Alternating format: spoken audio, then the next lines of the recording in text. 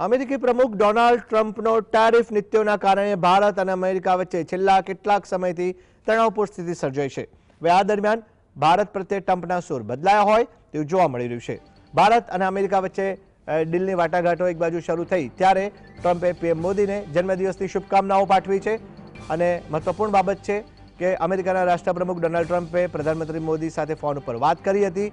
આ દરમિયાન તેમણે એક બાજુ જન્મદિવસની શુભકામનાઓ પાઠવી અને આ સાથે જ ટ્રમ્પે વડાપ્રધાન મોદીને અભિનંદન પાઠવ્યા। જન્મદિવસ નિમિત્તે બંને નેતાઓ વચ્ચે ભારત અને અમેરિકાના સંબંધો અને વૈશ્વિક મુદ્દાઓ ઉપર પણ ચર્ચા થઈ।